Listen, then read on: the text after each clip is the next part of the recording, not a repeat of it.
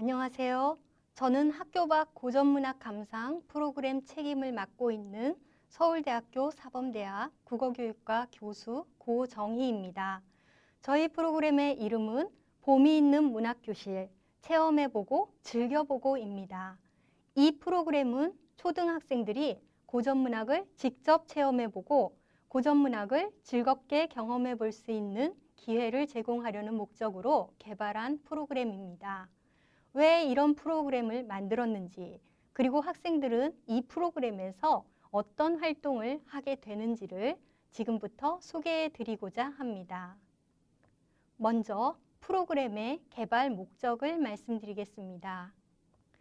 현재 고전문학 교육은 중학교에서부터 본격적으로 이루어지는데 많은 학생들이 중학생이 되어 갑자기 어려운 단어와 주제로 가득한 고전문학을 접하다 보니 고전에 대해 거부감을 느끼고 심지어 두려워하기까지 합니다. 학생들이 고전문학에 흥미를 가지고 고전문학을 즐겁게 배울 수 있도록 하기 위해서는 고전교육을 초등교육 단계에서부터 새롭게 설정할 필요가 있습니다. 저희들은 고전에 대한 학습자의 흥미를 높이고 고전을 자발적으로 향유하는 태도를 함양하는 데 1차적인 목적을 두고 프로그램을 개발하였습니다. 이를 위해서 신체 활동을 많이 하는 초등학습자들의 발달 특성에 맞게 학생들이 몸을 이용해서 작품을 직접 체험해보고 즐길 수 있는 수업을 마련하였습니다. 또한 단순히 재미만 추구하는 것이 아니라 중등학교에 진학해서 배우는 고전문학 교육의 내용과 연계되도록 프로그램을 만들었기 때문에 향후 고전문학을 깊이 있게 감상하는 능력을 기르는 데 도움이 될 것으로 봅니다. 그러면 저희 프로그램이 어떻게 구성되어 있는지를 말씀드리겠습니다. 저희 연구진은 초등학교 4학년부터 중학교 1학년 사이에 문학 능력이 유의미하게 발달된다는 연구를 바탕으로 초등학교 4학년에서 6학년까지의 학생들을 프로그램의 적용 대상으로 설정하였습니다.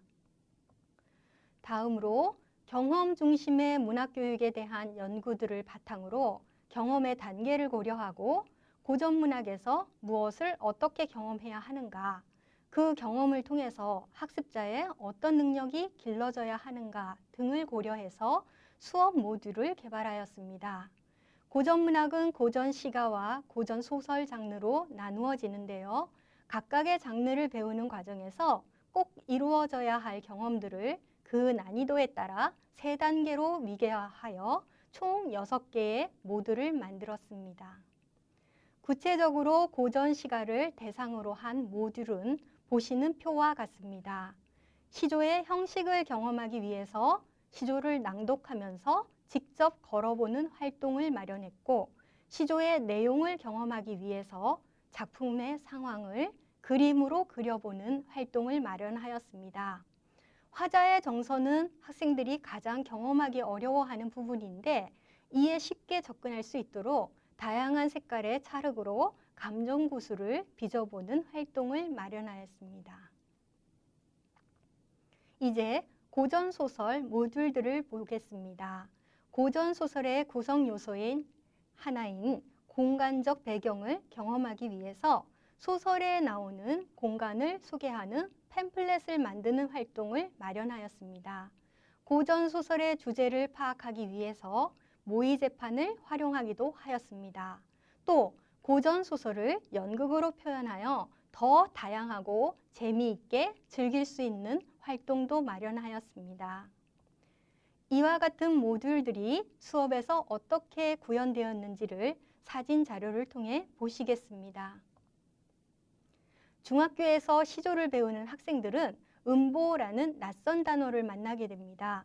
음보란 태산이 높다 하되 하늘 아래 메이로다 처럼 소리가 일정한 마디로 끊어지는 것이 걸음걸이와 비슷하다고 해서 붙인 말입니다. 이것을 경험하기 위해 학생들은 4명이 한 조가 되어 정사각형의 4꼭지점에 서 있다가 태산이 높다 하되 라며 시조를 낭송하면서 한 글자마다 한 칸씩 이동합니다. 이렇게 해서 정사각형을 한 바퀴 돌면 사음보로 이루어진 시조의 한 행이 끝납니다. 학생들은 음보라는 어려운 말은 배우지 않지만 시조의 노랫말이 일정한 간격으로 나뉘어져 있다는 사실을 몸으로 익히게 됩니다. 나중에 이 학생들이 중학교에서 음보를 배우게 되면 머릿속으로 명확한 그림을 그리면서 시조의 율격을 이해할 수 있습니다. 두 번째, 10년을 경영하여 초려삼간 지어두고라는 시조를 배우기 위해 지은이가 지은 집을 상상하여 그리는 활동을 하였습니다. 지은이는 초가집 3칸을 지어서 나 한 칸, 달에게 한 칸, 맑은 바람에게 한 칸씩 나누어 주고 나니 눈앞에 있는 강과 산을 들일 수가 없어서 그냥 둘러두고 보겠다라고 노래했습니다. 그러니까 지은이는 실제로 단 한 칸짜리 소박한 집을 짓고 달과 바람과 강산과 어우러지는 기쁨을 노래한 것입니다. 오른쪽 그림에서 학생들이 하늘색으로 맑은 바람을 표현한 것을 보실 수 있으시죠?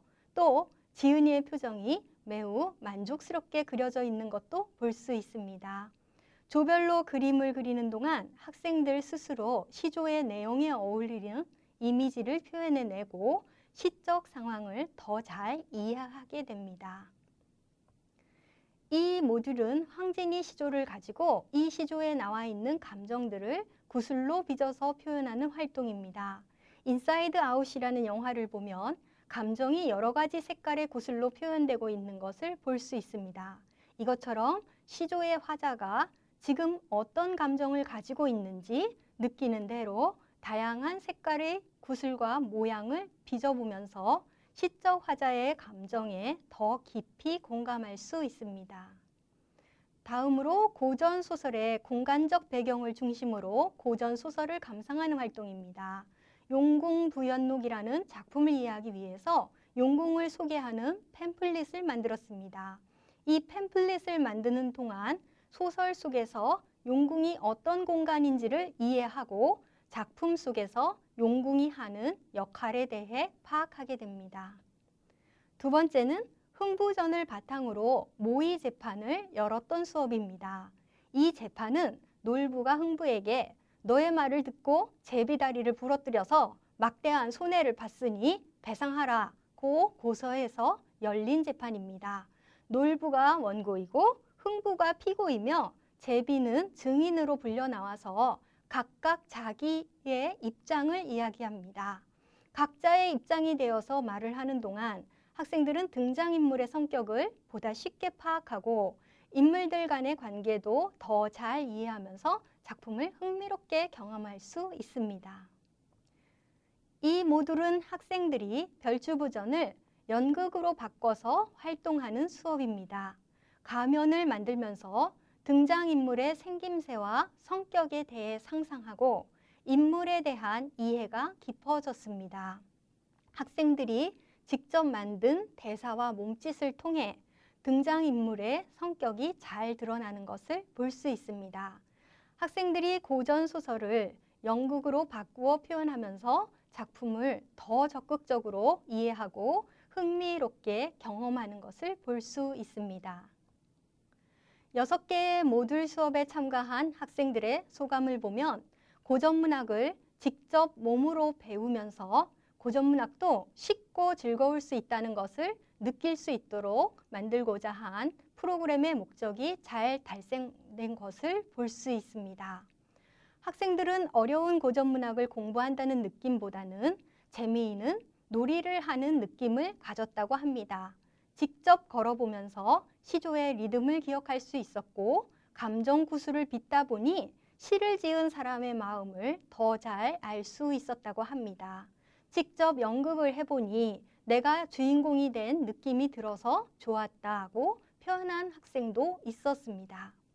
이러한 재미있는 경험을 바탕으로 이 학생들은 중등학교에서 더 적극적이고 자발적인 태도로 고전문학을 배우게 될 것입니다.